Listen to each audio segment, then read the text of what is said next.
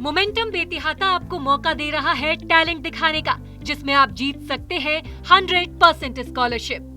जल्द से जल्द एनरोल हो जाइए Momentum admission cum scholarship test में। ऐसा मौका फिर नहीं आएगा। डेट याद कर लें, 23 मार्च 2025, 8th क्लास ऑनवर्ड्स। तो बच्चों, क्या आप तैयार हैं? मोमेंटम बेतिहाता, कॉल्स 6389138703। विश्व कैंसर दिवस पर कैंसर विजेताओं ने कैंसर की महामारी न होने का दिया संदेश। मुख्य अतिथि कुलपति प्रोफेसर पूनम टंडन ने कहा कि कैंसर से घबराएं नहीं, रखें हिम्मत और लड़े।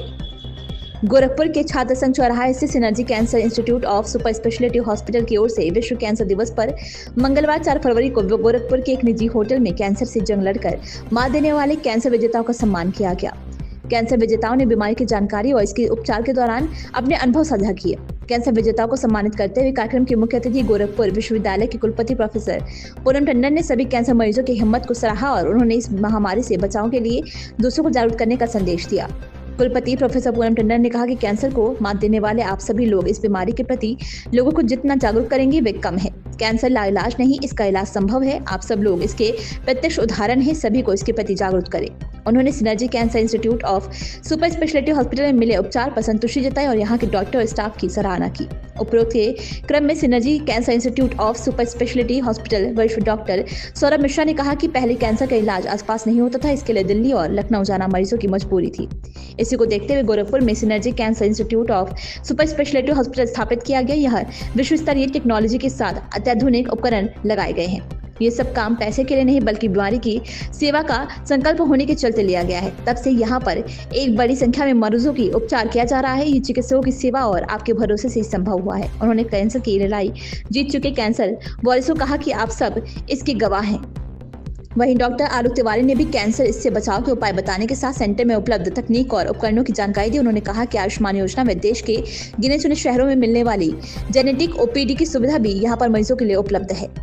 इस अवसर पर synergy cancer institute of super speciality hospital के स्टाफ सहित अन्य गणमान्य लोग उपस्थित रहे।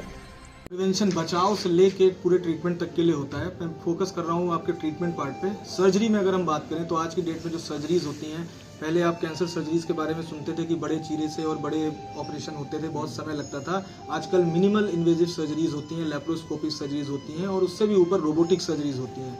हमारे सिनर्जी संस्थान में हमारे जितने भी सर्जन्स हैं वो सब कुछ उसमें वेल ट्रेंड हैं, जो रोबोटिक सर्जरी से लेके minimal invasive surgeries, laparoscopic surgeries, हर प्रकार की सर्जरीज करते हैं। सर्जरीज के बाद सबसे इंपॉर्टेंट है जो दवाओं में भी होता है, जिसमें आपने सुना होगा सिर्फ कीमोथेरेपी के बारे में।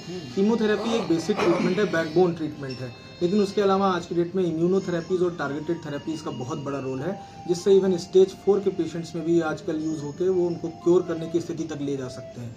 और कुछ तो अब इम्यूनोथेरेपीज हमारी अर्ली स्टेजेस में भी यूज़ होना शुरू हो गई हैं। और हम ब्लड कैंसर में बात करें तो CAR-T सेल थेरेपीज़ हैं और अब धीरे धीरे जीन थेरेपीज़ भी नए नए कैंसर ट्रीटमेंट में आ रही हैं। दिन ब दिन नए नए ट्रीटमेंट ऑप्शंस आए हैं। हम लोग फिलहाल उस चीज़ में ट्रेंड हैं। ग्रेजुअली हम लोग धीरे धीरे सुविधा बढ़ा चुके हैं। हमारे सेंटर्स पे अब तक हम लोगों ने लगभग 300 या 400 के आसपास इम्यूनोथेरेपीज़ कर ली हैं और कम से कम 1000 टारगेटेड थेरेपीज़ कर ली हैं। पर महीने में लगभग हम लोग 500 कीमोथेरेपीज़ से लेकर 1000 कीमोथेरेपी के बीच में लगाते हैं। साल में वो नंबर काफ़ी अधिक होता है, 15-16 हज़ार के आसपास पहुंच जाता है। तो ये जो नए ट्रीटमेंट ऑप्शंस है, वो कीमोथेरेपी में भी कैसे कीमोथेरेपी देना है, हर व्यक्ति के हिसाब से कीमोथेरेपी देना है। हर व्यक्ति अलग तरीके से डील होता है। और सबसे इंपॉर्टेंट रोल है जेनेटिक टेस्टिंग और मॉलिकुलर टेस्टिंग का, जिसके आधार पर ये पता चलता है कि किस व्यक्ति को कितने डोज में और कौन सी दवा दी जाए। ये भी हमें नया इनोवेशन है जो आपने हमसे सवाल पूछा है। सर, एक क्वेश्चन है।